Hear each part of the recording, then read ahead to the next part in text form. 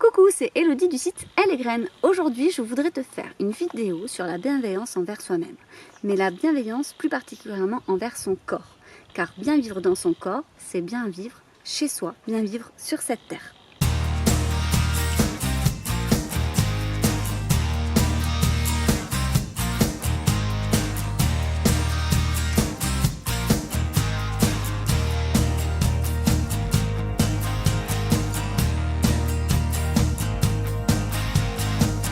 Je ne sais pas si tu avais lu mon article, il était un petit peu trop peut-être psychanalytique.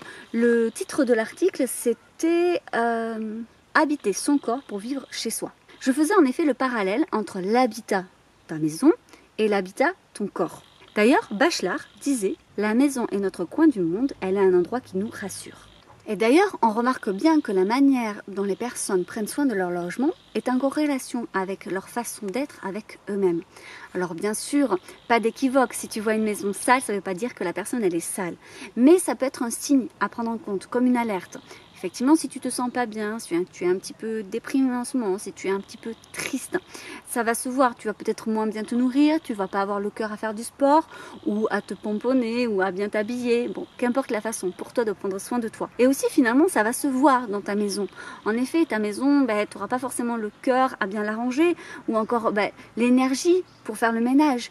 Donc, ça peut être un signe, une alarme qu'on peut percevoir de toi quand tu vas pas très bien. À l'inverse, quelqu'un qui est bien, qui se sent bien, qui est d'une nature joyeuse, ou en tout cas s'il est serein, ça se verra. Et quand tu rentreras dans sa maison, tu vas percevoir déjà l'atmosphère et il le porte également sur lui, sur son visage ou sur ce qu'il est. Alors je ne parle pas ici de beauté ou encore d'habillement, là c'est vraiment très subjectif, mais plutôt de ce que tu vas dégager comme énergie. Il y a aussi le cas d'une maison totalement débordée, ou mal rangée, ou avec beaucoup de choses dedans. Eh bien, on peut se dire que la personne a beaucoup de choses dans sa tête, qu'elle est vite surchargée, voire peut-être angoissée. Alors bien sûr, la propreté, saleté, le désordre, le rangement ou même ce qui est de l'ordre du beau, de la beauté, c'est très subjectif. Et cette vidéo n'est pas faite pour ça. C'est surtout pour t'aider à progresser dans la bienveillance envers toi-même. Car si tu veux vraiment apprendre à être bienveillant envers toi-même, il ne suffit pas juste d'être, on va dire, gentil, de mettre en avant ce que tu sais faire au quotidien, mais c'est aussi remercier ton corps pour tout ce qu'il fait au quotidien. Moi y compris, je ne m'en rendais pas forcément compte. Mais tu vois par exemple, je dors très peu. Parce que mon petit bout il me réveille énormément, donc je dois dormir 3, 4 heures, voire 5 heures si j'ai vraiment de la chance par nuit. Puis c'est vraiment morcelé en plein de fois. Toute la journée je porte 10 kilos sur moi parce que mon bébé il est bien costaud. Et je dois marcher parce que si je m'arrête ou si je m'assois, il pleure, il peut s'endormir que comme ça. Dès que j'ai un peu de temps ou d'énergie, j'adore aller courir, donc je lui demande quand même. Et en même temps, comme j'ai pas fini de perdre mes kilos de grossesse, tu vois, je lui demande de faire attention aussi et de pas trop manger. Tu vois tout ce que je lui demande. Et finalement, j'ai envie de lui dire merci. Merci parce qu'il me permet de faire toutes ces choses. Il me permet de prendre soin de mes enfants, il me permet aussi de prendre soin de moi parce que ça me fait du bien de faire du sport. Et il fonctionne bien. Je suis quasiment pas malade. Je veux dire, j'ai quand même, j'ai pas de problème de dos, j'ai pas forcément de problème de poids excessif ni dans un sens ni dans l'autre. Il tient bon malgré tout ce que je lui fais subir. Donc j'ai envie de le remercier parce que finalement il fait ça avec peu de sommeil. Car finalement je prends pas énormément soin de lui. Je n'ai pas le temps de prendre énormément soin de moi. Et je pense qu'il faut commencer par là. La bienveillance, c'est aussi soi. On parle souvent de ce qu'il y a dans la tête, de l'intellect ou des émotions. Et c'est bien, il faut en parler. Mais on n'est pas qu'un intellect, on n'est pas que des émotions, on est aussi une enveloppe physique sur ce monde. Ainsi, il est important aussi, quand on est bienveillant, de ressentir de la gratitude. De la gratitude envers les autres, de la gratitude envers soi, de la gratitude envers la vie, mais aussi de réaliser au quotidien ce que nous faisons. Et quand je dis nous, c'est-à-dire toi dans ta globalité, et donc aussi de ton corps. Il faut apprendre à prendre soin de ton corps. Parce qu'on le sait et on le dit souvent d'ailleurs, tant que la santé va, tout va bien. Les gens ont tendance à dire ça. Et on ne se rend pas vraiment compte de tout l'impact de cette phrase tant qu'on va bien justement. Donc il faut prendre soin de soi. Après, à chacun de voir comment il veut prendre soin de lui, bien évidemment. Je ne rentrerai pas dans le sujet dans cette vidéo. C'est vrai que pour nous, en tout cas, ça passe par une alimentation assez saine, biologique, locale. ce sont des valeurs en tout cas qui sont importantes pour nous. Bon alors, tu vas me dire que cette vidéo, elle part totalement en cacahuète. Je te parle de l'habitat, je te parle du corps, je te parle un peu de tout. Mais en fait, c'est parce que j'ai un exercice thérapeutique à te proposer, si tu veux bien. Si toi aussi, tu as du mal à être toujours bienveillant envers toi-même, ou que tu as du mal à t'y mettre, et que tu as une relation un peu particulière avec ton corps, comme beaucoup d'ailleurs d'entre nous, il y a beaucoup de personnes en France, mais dans les pays industrialisés en général, qui souffrent d'anthropomorphisme. C'est-à-dire qu'ils ont une vision de leur corps déformée par rapport à la réalité. Alors, du coup, j'ai fait la corrélation entre ton habitat et ton corps. Et tu vas voir que si tu prends soin de l'un, tu vas prendre soin de l'autre.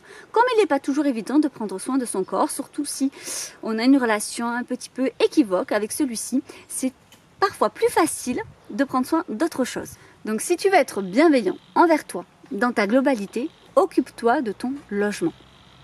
En effet, prends soin de lui, range-le, fais-le à ton image, décore-le, modifie-le, ajuste-le, bref, modèle-le à ton image, à l'image que tu aimerais percevoir de toi-même. Et tu verras que dans un environnement où tu te sens bien, tu auras plus envie d'être bienveillant envers toi-même.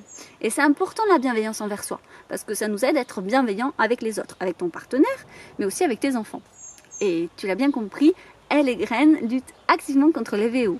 Petit à petit, on progresse, petit à petit, on est sur notre chemin, et de mieux en mieux, on se rapproche de la bienveillance. D'ailleurs, en psychanalyse, on explique clairement que l'espace n'est pas tant un cadre englobant, mais aussi la prise en compte de l'inconscient dans l'existence d'un espace. Alors, en gros, ça veut dire que le logement est un espace symbolique, où on y met ce qu'il y a au plus profond de nous, en fait.